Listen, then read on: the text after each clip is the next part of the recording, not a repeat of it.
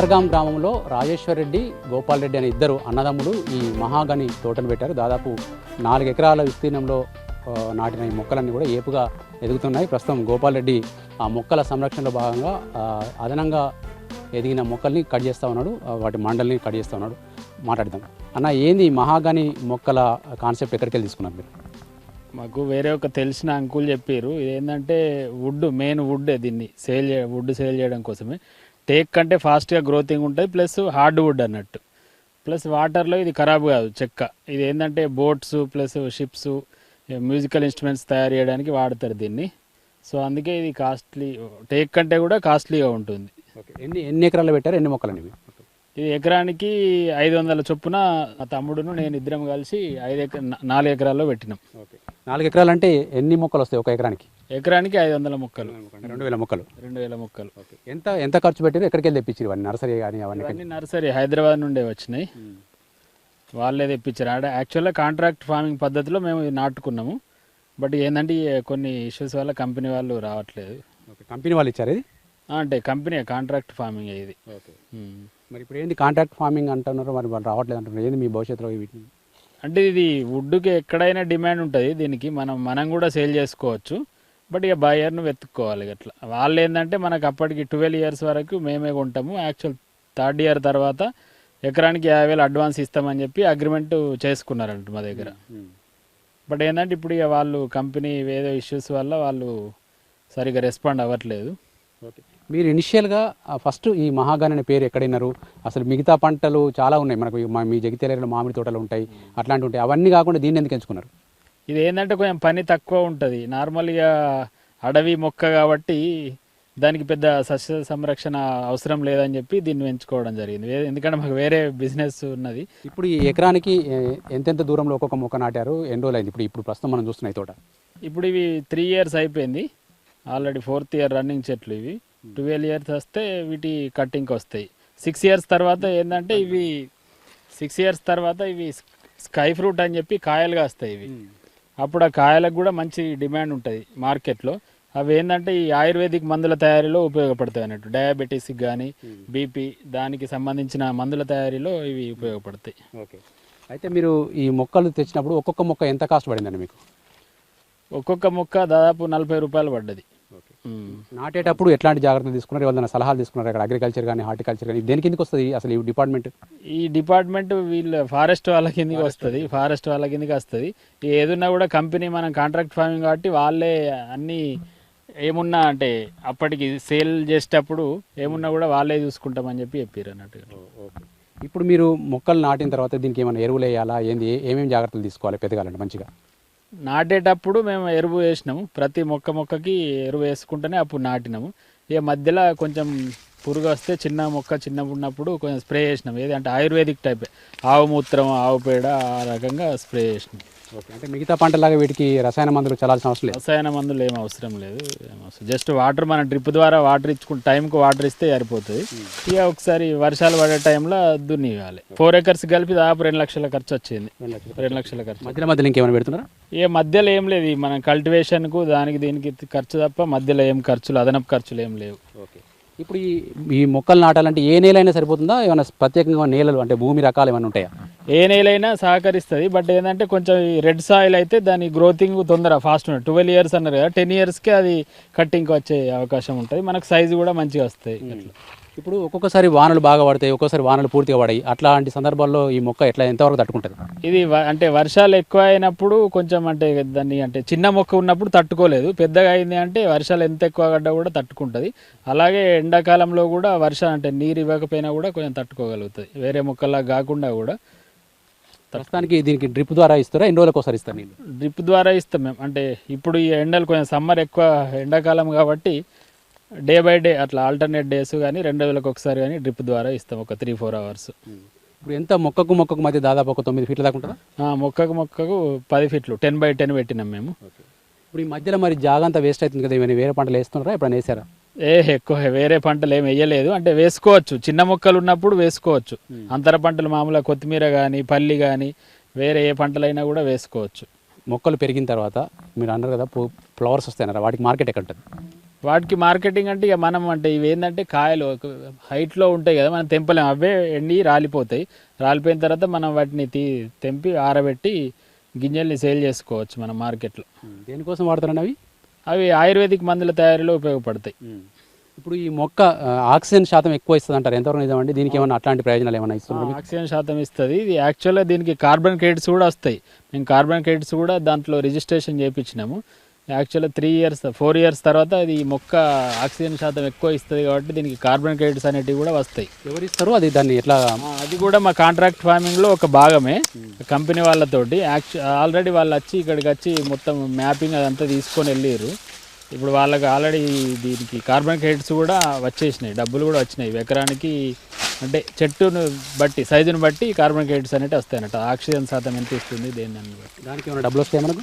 దానికి కూడా మనకు యాక్చువల్ 5 ఇయర్స్ తర్వాత దానికి కూడా మనకు డబ్బులు వస్తాయి. ఇప్పుడు ఇవి అడ్వాన్స్ డబ్బులు 3 ఇయర్స్ తర్వాత ఇవ్వాలి. 5 ఇయర్స్ తర్వాత కార్బన్ క్రెడిట్స్ డబ్బులు కూడా వస్తాయి రైతుకి. ఓకే, ఇప్పుడు మీరు కాకుండా ఇంకా చుట్టుపక్కల ఉన్న రైతులు వీటి వైపు మొగ్గు చూపారా? మీ దగ్గరికి వచ్చి ఏమైనా తెలుసుకునే అవకాశం ఉందా? అంటే తెలుసుకుంటారా దీనికి సాగు ఎట్లా? చాలా మంది తెలుసుకుంటున్నారు. బట్ ఇక నేనే అంటే కొంచెం ఆగండి, మాది అన్ని చూసిన తర్వాత మీరు ముందడుగు ఎదురు అని చెప్పి నేనే ఎవరికి చెప్పారు. ఇంతకాలం ఆగాలి, 10-15 ఏళ్ళు ఆగాలి, ఓపిక ఉండాలి, పెట్టుబడి ఎట్లా, మరి ఇన్కమ్ ఎట్లా జనరేట్ అవుతుంది మనకు? ఈ ఇన్కమ్ అంటే వాళ్ళు అంటే మనం ఏంటంటే ఇక ఎవరైతే వ్యవసాయం కొంచెం ఇది సెకండరీ వేరే బిజినెస్ ఉన్న వాళ్ళు ఇట్లాంటి పంటలకు వెళ్తే బెటరు. కలపకు, ఫర్నిచర్కు ఇక్కడ వాడుతున్నారు. ఇక్కడ మన కరీంనగర్ అట్లాంటివి ఉన్నాయా, మీరు చూసారా?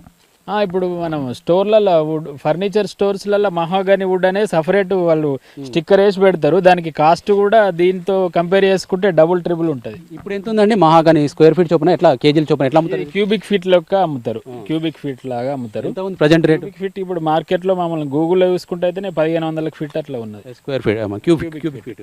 Cubic feet. ఓకే, ఇప్పుడు పెరిగేసరికి ఎంత అంచనా వేస్తున్నారు మీరు? ఎంత ఆదాయం అంచనా వేస్తున్నారు? అంటే ఆదాయం అంటే వాళ్ళు చెప్పింది ఏంటంటే ఎకరానికి ₹1,00,00,000 వరకు వస్తుంది అని చెప్పారు.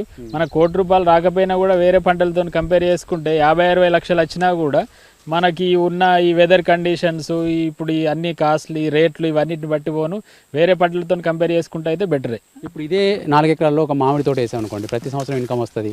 దానికి దీనికి కంపేర్ చేస్తే ఏమైనా ఎక్కువ తక్కువ ఉంటాయి? దానికి దీనికి కంపేర్ చేస్తే అంటే ఇది కరెక్ట్ మొక్క సైజు వస్తే ఇదే బెటర్ మామిడి తోట కంటే కూడా. ఒక్కసారి ఇన్కమ్ వస్తుంది. బట్ వెయిట్ చేయాలి, ఒకేసారి మనకు బల్క్ అమౌంట్ వస్తాయి. ఓకే, ఇంకా మీరు దీంట్లో మీ ఛాలెంజెస్ ఏం గుర్తించారు ఇప్పుడు ఈ 4 ఏళ్ళల్లో? మీకు ఏమైనా హార్డిల్స్ అనిపించినాయా? మీరు ఇంకా ఇట్లా చేస్తే బాగుండు అనేది ఏమన్నా ఉందా? హార్డిల్స్ అంటే ఏం అనిపించలేదు.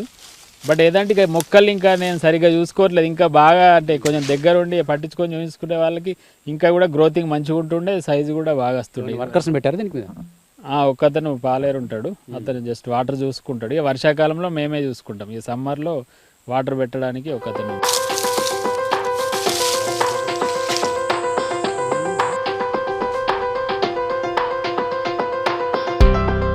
మహాగని మొక్కల పెంపకం చేపట్టిన గోపాల్ రెడ్డి, రాజేశ్వర రెడ్డి వాళ్ళ తండ్రి రాజిరెడ్డి మనతో పాటున్నారు. రాజిరెడ్డి గారు, మీ కొడుకులు ఇద్దరు ఈ మహాగని తోట పెట్టినప్పుడు మిమ్మల్ని అడిగారా? అడిగినప్పుడు మీరేమన్నారు? మా కొడుకులు ఇద్దరు మహాగని తోట పెట్టినప్పుడు నన్ను అడిగారు, వీళ్ళ దోస్తెవలో నీకు బెంగళూరులో అక్కడ బాగా ఇవి పెట్టించిండట, దాంతో ఇట్లా పెడతామంటే మంచిది పెట్టురన్న. ఇది దేనికి సంబంధించిన కట్టె అంటే ఇది దాదాపు పడవలు, చీపులు తయారవడానికి పోతుంది. ఒక 10-12-13 సంవత్సరాల వరకు మనకు ఎకరానికి 1 కోటి నుంచి 1.5 కోటి వస్తాయని వాళ్ళు ఇన్ఫర్మేషన్ తీసుకొని దానికి అనుగుణంగా ఈ తోట పెట్టియడం జరిగింది. ఈ భూమిలో అంతకుముందు ఈ మొక్కలు పెట్టకముందు ఏం పంట పండించారు? ఈ భూమిలో వట్టిగా నీకు పెసరు అదొకటి ఇదొకటి వేరే వేరే చిన్న చిన్న పంటలు వేసేదానికి వేరే వట్టిగా వేరేం లేకుండే. పెసరు, జొన్న, మక్క కూడా వేయలేదు, అంతే ఖాళీగానే ఉండే.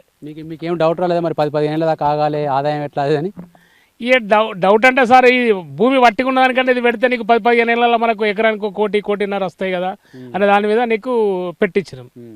మీరు కూడా ఎంక్వైరీ చేసి వీటి మొక్కల గురించి ఎంక్వైరీ చేసాం. అయితే ఇది మనకు కంపెనీ అగ్రిమెంట్ ఇచ్చిన వాళ్ళు కొనకుండా మనకు బయట అమ్ముకోవచ్చు అనేది. ఇది ఆల్రెడీ ఇప్పుడు టేకు నమూనే మన దర్వాలు అవి కూడా మన ఫర్నిచర్ కూడా వేయించుకునే వీలుంటుందని తెలుసుకునే పెట్టించినాం. ఓకే, ఇప్పుడు ఎట్లా మరి? కొన్నేమో పెరుగుతున్నాయి, కొన్నేమో సగంలో ఉన్నాయి, కొన్ని బాగా పెద్దవి. ఏంది సమస్య? ఈ సమస్య అంటే సార్ ఇది కొంచెము భూమి కింద మంచిగా భూమి లేని కాడ నీకు అది ఇదైంది. ఒక్కొక్క కాడ చెట్టు పెట్టినాక చనిపోతే మళ్ళీ పెట్టింది అది చిన్నగా ఉన్నది. ఫస్ట్ పెట్టిన చెట్లన్నీ ఇవన్నీ ఈ రకంగా ఉన్నాయి, మంచిగా ఉన్నాయి సార్. ఇది అంటే కొంచెం భూమి బాగా మంచిది కాదు. మంచిదైతే అన్ని ఈ రకంగా ఉంటాయి. ఇది కొద్దిగా శుద్ధకట్ట అది రెండుట్లో కొంచెం చిన్నగా ఉన్నాయి.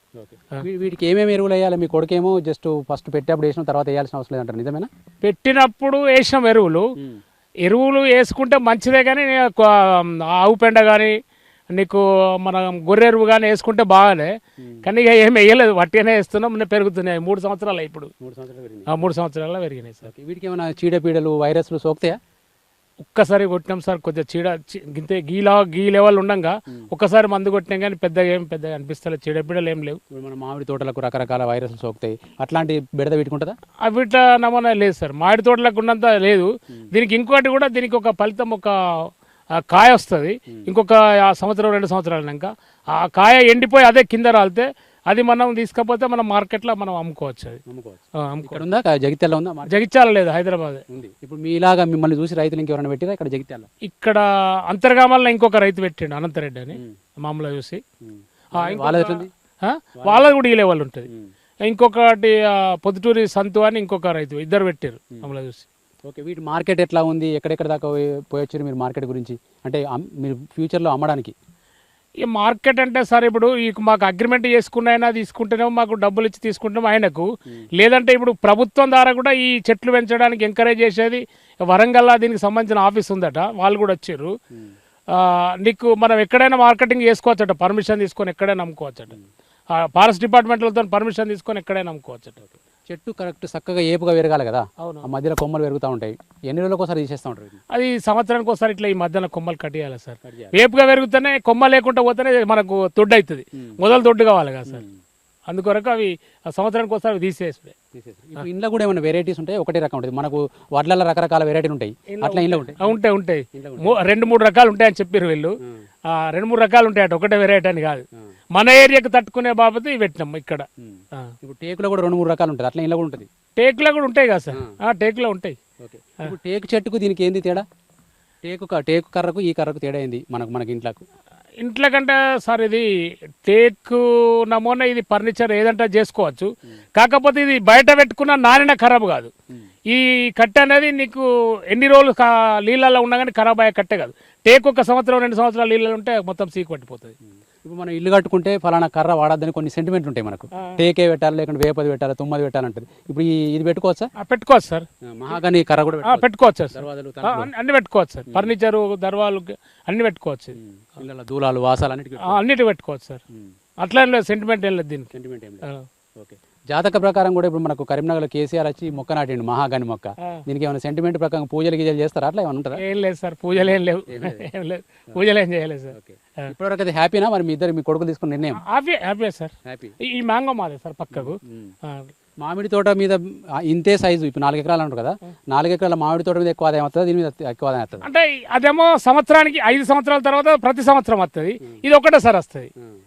మరి అంటే దీనికి మనం పెద్ద శ్రమ ఏం లేదు కదా సార్, నీళ్ళు పెడుతున్నాం అంతే, దున్నుతున్నాం, దీనికి పెద్ద శ్రమ లేదు కదా. కానీ ప్రతి రైతు ఏడాదికి కొంచెం ఆదాయం రావాలనుకుంటారు కదా. అవును, అంటే ఇది సార్ వట్టిగా ఉండే భూమిని ఎందుకని పెట్టినాం మేము, నీకు ఖాళీ ఉండే భూమిలో పెట్టినాము. ఇక మాకు ఆదాయం వచ్చేదా ఉంది కనుక దీన్ని ప్రోత్సహిస్తున్నాం. వేరే ఆదాయం వచ్చే ఉన్నది కాబట్టి పెట్టుకున్నాం. దీని లోపల ఇంకా వేరే పంటలు ఏమన్నా వేయచ్చు కదా? వేసుకోవచ్చు సార్. మనకి ఇప్పుడు మాకు ఇక ఉన్నది బాగున్నది కనుక చేయలేక కానీ వేసుకోవచ్చు, వేరే పంటలు వేసుకోవచ్చు. అవకాశం అవుతుంది, ఉంది, అవకాశం ఉంది సార్. ఏం చెప్తారు మీలాంటి రైతులకు, ఈ మహాగని తోటలు పెట్టాలనుకునే రైతులకు ఏమైనా సలహాలు ఇస్తారా? ఇప్పుడు సార్ మామూలుగా 4-5 ఎకరాలు ఉండోళ్ళు పెట్టుకునే అవసరం లేదు. ఇది ఒక 10-15 ఎకరాలు ఉండోళ్ళు ఒక 7-8 ఎకరాలు వేరే పొలము అది తోటలు చేసుకొని ఇది పెట్టుకుంటే మంచిదే, బాగానే ఉంటుంది కదా సార్. ఇది నీకు ఇప్పుడు దీనికి పెద్ద మనం పెట్టుబడి అయితే లేదు, కష్టం తక్కువనే. ఇది పెట్టుకుంటే బాగానే, ఎక్కువ భూమి ఉన్న వాళ్ళు పెట్టుకుంటే మంచిదే సార్. ఆదాయం కోసం 10-15 ఏళ్ళు ఆగుదాం అనుకుంటే పెట్టచ్చు సార్. ఆదాయం కోసం 10-15 ఏళ్ళు ఆగుదాం అనుకుంటారు, ఒక్కటేసారి మనకి అమౌంట్ వస్తుంది కదా సార్, పెట్టుకోవచ్చు సార్. ఏమైనా ఇన్సూరెన్స్ ఉందా వీటికి? ఏమైనా డ్యామేజ్ అయితే?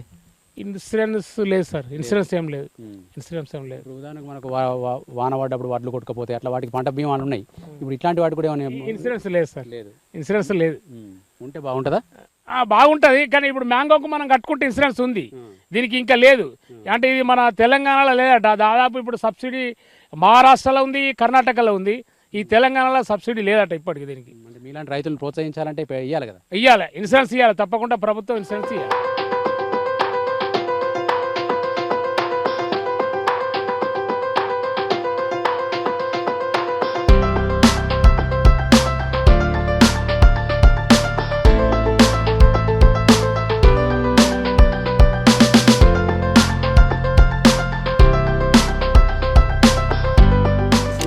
బోట్లు తయారీకి కూడా ఈ మహాగాని వాడతామని అంటారు కదా, ఎందుకు దానికి ఏంటంటే వాటర్లో ఒక చెక్కు చెదరది. నార్మల్గా వేరే టేకు కానీ వేరే వుడ్ ఏదున్నా కూడా వాటర్ ఉంటే వాటర్ అబ్జర్వ్ చేసుకొని అది చెదలొచ్చి చీకిపోతుంది కదా.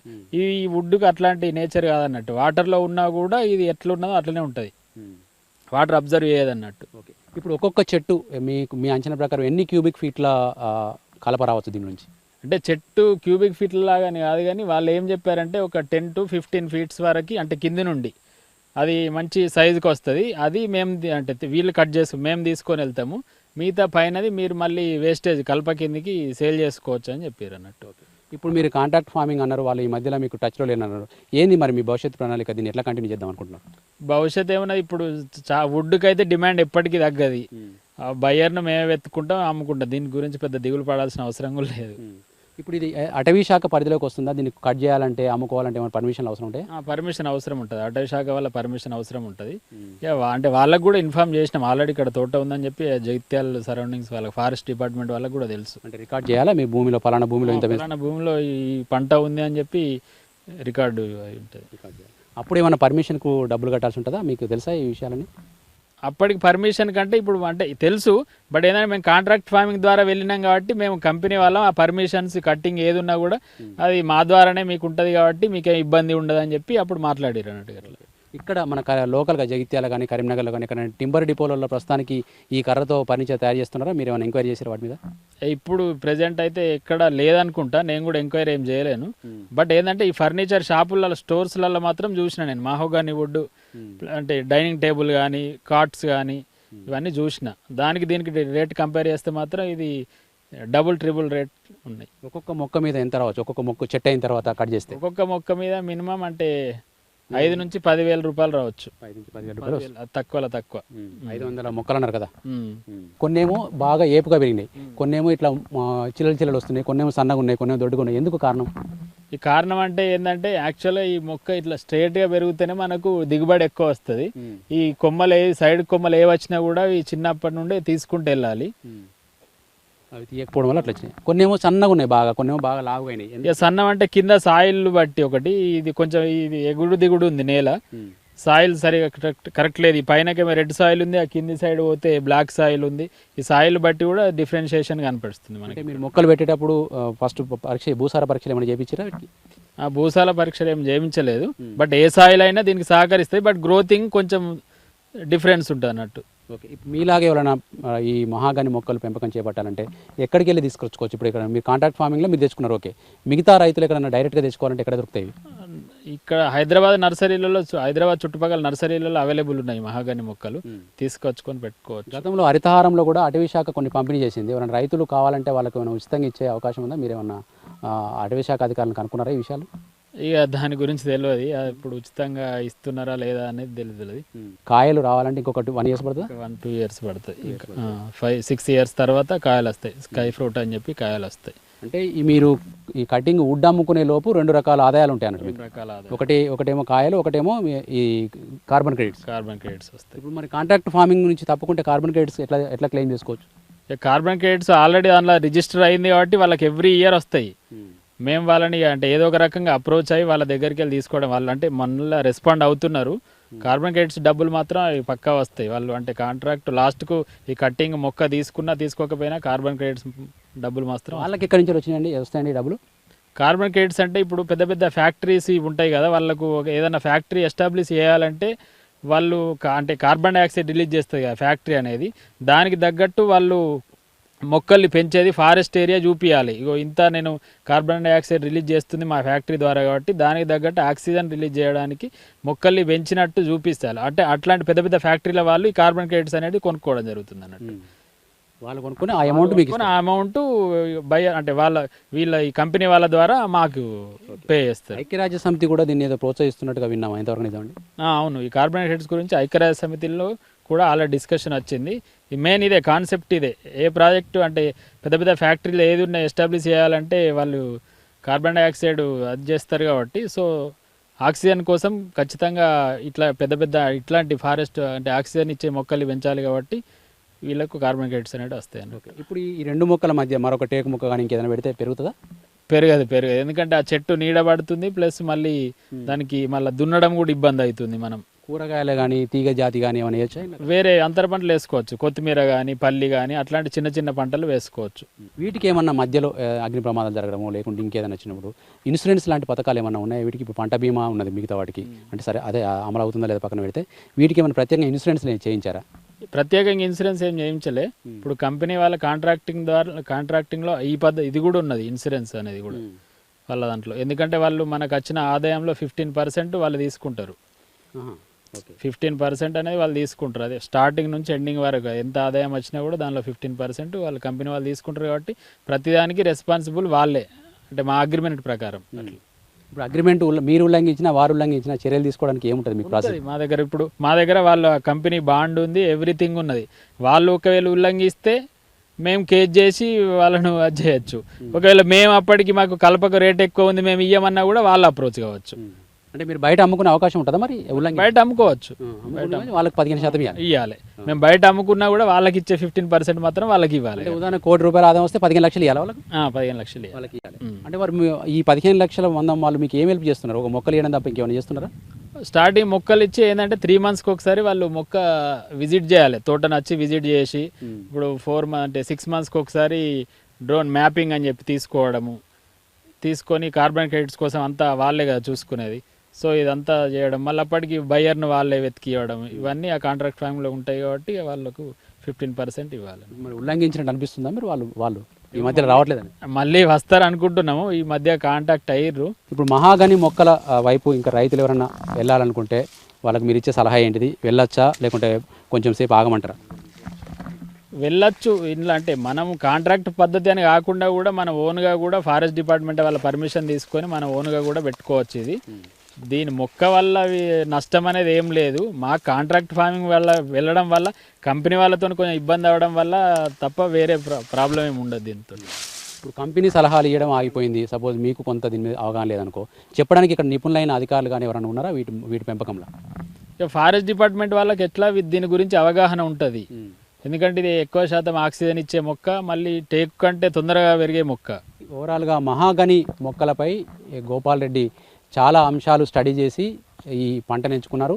ఎట్టి పరిస్థితుల్లో కూడా ఈ పంట మీద మినిమం ₹1,00,00,000 ఆదాయం వస్తుందని చెప్పి అంచనా వేస్తున్నారు. వాళ్ళ తమ్ముడు అతను కలిపి దాదాపు 4 ఎకరాల్లో ఈ పంట వేశారు. అంటే 4 కోట్ల ఆదాయాన్ని ఇప్పుడు ఆల్రెడీ 4 ఏళ్ళు అయింది కాబట్టి ఇంకొక 10 ఏళ్ల తర్వాతనైనా దీని మీద 4 కోట్ల ఆదాయం వస్తుందన్న అంచనా వేస్తున్నారు. అయితే కాంట్రాక్ట్ ఫార్మింగ్ విధానంలో తాము తోటలు పెంచుతున్నాం, ఇది వాళ్ళ కాంట్రాక్ట్ విధానం ప్రకారం వాళ్ళు ఇచ్చే సలహాలు సూచనల మేరకు దీన్ని పెంచుతున్నామని చెప్తున్నారు. ఒకవేళ వాళ్ళు కాంట్రాక్ట్ ఉల్లంఘించినా కూడా మేము బయట మార్కెట్లో దీన్ని అమ్ముకోగలమన్న ధీమాను ఆయన వ్యక్తం చేస్తున్నారు. కెమెరామెన్ కవికుమార్తో వెంకటేష్, V6 న్యూస్, జగిత్యాల జిల్లా అంతర్గాం నుంచి.